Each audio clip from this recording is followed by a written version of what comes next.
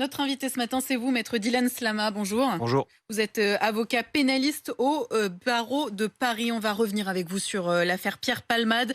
Le comédien a fait un AVC ce week-end. Malgré sa santé fragile, sera-t-il placé en détention provisoire aujourd'hui? C'est la question qu'on se pose. Oui, la décision doit être annoncée ce matin à 11h30. 2 semaines après l'accident, Pierre Palmade est mis en examen pour homicide et blessures involontaires. Il a été placé sous contrôle judiciaire le 17 février avec assignation à résidence dans un hôpital. Le parquet demandait initialement le placement en détention provisoire et c'est pour ça qu'il avait fait appel de cette première décision. Maître Dylan Slama, est-ce que cet AVC peut perturber la décision de justice? Ah, potentiellement oui. Mmh. Alors bien sûr, on est obligé de faire que des suppositions, mais dans l'hypothèse où les magistrats avaient décidé une infirmation avec un placement en détention, il est à peu près certain qu'un AVC, c'est quand même un événement de santé suffisamment grave pour que ça puisse venir perturber cette décision. Mais bon, encore une fois, on est dans l'hypothèse d'une infirmation, ce qui n'est pas du tout certain.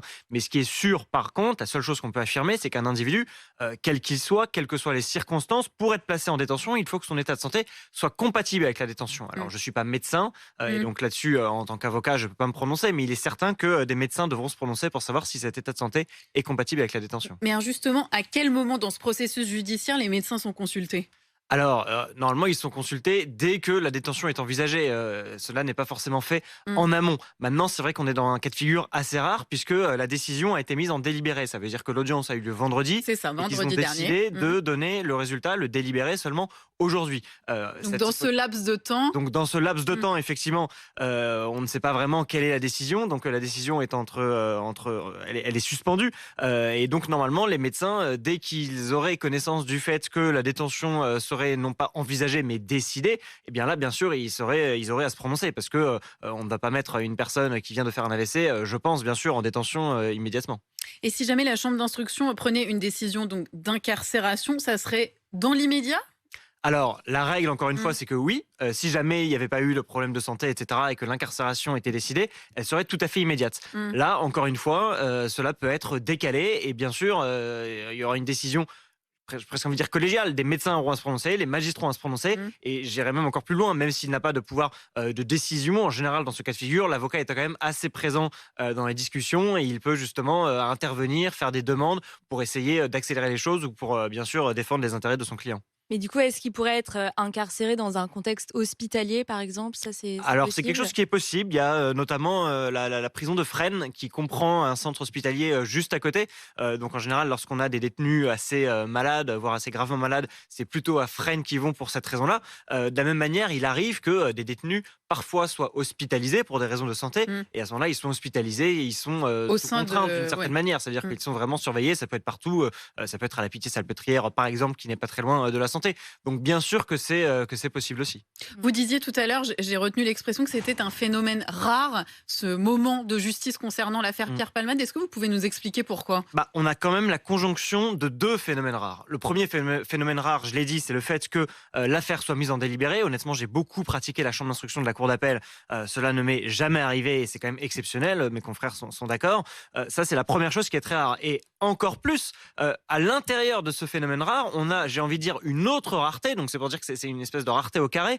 On a justement le fait que dans le laps de temps de ce délibéré, on a un événement grave du point de vue Mmh. de la santé du mise en examen qui est survenu. Donc là, effectivement, d'un point de vue vraiment d'un Mmh. point de vue statistique, c'est quand même assez rare ce qui se passe. C'est pour ça qu'en fait, il est assez délicat de pouvoir donner des indications tant ce qui se passe finalement ne ressemble pas à ce qui est prévu par le code de procédure pénale. Le code de procédure pénale ne prévoit pas ce cas de figure. Alors, juste qu'on comprenne bien, pourquoi il y a eu cette mise en délibéré pour ceux qui n'y connaissent rien Alors, à la justice? Comme je le disais, en fait, Mmh. comme c'est assez rare, c'est assez dur de savoir. Oui. Ils n'ont pas forcément motivé, ça veut dire expliquer leur décision. Ce qu'on peut supposer, ce qu'on peut penser, mais encore une fois, j'ai pas d'indication précise là-dessus, c'est que il y a eu quand même une terrible pression médiatique qui s'est exercée vendredi. C'est-à-dire que le hasard a fait que j'étais présent vendredi matin à la cour d'appel et à la chambre d'instruction moi-même, et j'ai vu vraiment des hordes de caméras.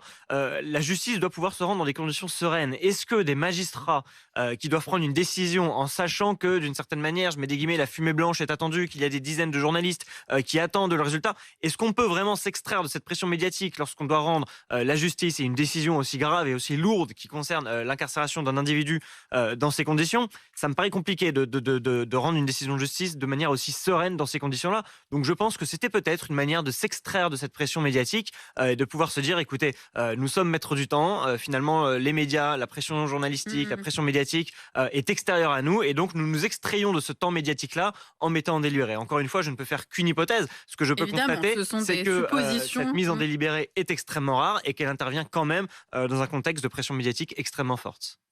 Mmh. Et du coup, pour résumer, est-ce que vous pourriez expliquer un petit peu les différentes options qui attendent, Pierre Palmade Alors, potentiellement? aujourd'hui, Pierre Palmade, il n'est pas sous contrôle judiciaire, il est sous ARSE. Ça veut dire assignation à résidence sous surveillance électronique, ça veut dire bracelet électronique. On peut dire qu'il y a 3 hypothèses. Mmh. La chambre d'instruction a toujours la possibilité de décider d'un contrôle judiciaire. Qu'est-ce que ce serait? Ce serait une mesure en fait encore moins lourde que ce qui est aujourd'hui sur lui, ou plutôt hier avant que son bracelet ne soit coupé, ou il y a 2 jours. Le contrôle judiciaire, ça veut dire pas de bracelet électronique, il est libre, mais avec certaines obligations. Première hypothèse. Deuxième hypothèse, on continue comme cela fonctionnait déjà avant. Bracelet électronique, ça veut dire qu'il commence d'une certaine manière à purger une peine dans l'éventualité où il serait condamné. Il a un bracelet et il a des obligations qui sont beaucoup plus lourdes. Deuxième hypothèse. Troisième hypothèse, c'est l'incarcération. Et donc, effectivement, c'est le placement en détention. Donc ça, ce sont les 3 Mmh. hypothèses théoriques. Maintenant, c'est vrai qu'en fait, son état de santé médicale est venu perturber un peu ces 3 hypothèses, puisque dans chacune de ces hypothèses, il faudrait en fait les subdiviser en 1, 2 ou 3 selon son état de santé. Est-ce qu'il faut l'hospitaliser? Est-ce qu'il faut simplement qu'il voit un médecin? Ou est-ce que finalement, rien de cela n'est nécessaire? Maître Dylan Slama, est-ce que vous, en tant qu'avocat pénaliste, vous avez déjà été confronté à ce type de situation? Même si vous nous l'avez bien expliqué, elle est très rare. Alors, j'ai Mmh. déjà été confronté à quelque chose qu'on pourrait penser similaire parce que Mmh. j'ai déjà un client qui était détenu, qui purgeait une peine assez lourde d'ailleurs de 10 années d'emprisonnement. Mais au bout de 3 années à peu près de sa peine, il a malheureusement attrapé une maladie, un cancer, vraiment dans une phase très Mmh. très grave. Et les médecins nous ont dit et nous ont attesté par écrit qu'il lui restait peut-être quelques semaines, quelques mois maximum à vivre et que son pronostic vital était engagé à court terme. Si vous voulez, dans ce cadre-là, alors là, c'est là que je dis que l'avocat peut avoir un rôle parce que j'ai dû faire des pieds et des mains, il n'y a rien d'automatique, et j'ai dû faire des pieds et des mains, insister, écrire à de très nombreuses reprises au médecin, et in fine, au bout de quelques semaines, on a obtenu de la part d'un juge d'application de peine, je ne vais pas être très technique, mais bon, c'est de la part d'un Mmh. magistrat en tout cas, une suspension de sa peine. Ça veut dire que, D'accord. au vu de son état de santé extrêmement grave et du fait qu'encore une fois, les médecins nous disaient Mmh. bien que le pronostic vital était engagé à court terme, on a réussi à obtenir qu'il puisse sortir de prison pour essayer vraiment de vivre, en tout cas, son état de santé malgré sa maladie Mmh. dans des meilleures conditions et surtout de voir sa famille dans de meilleures conditions.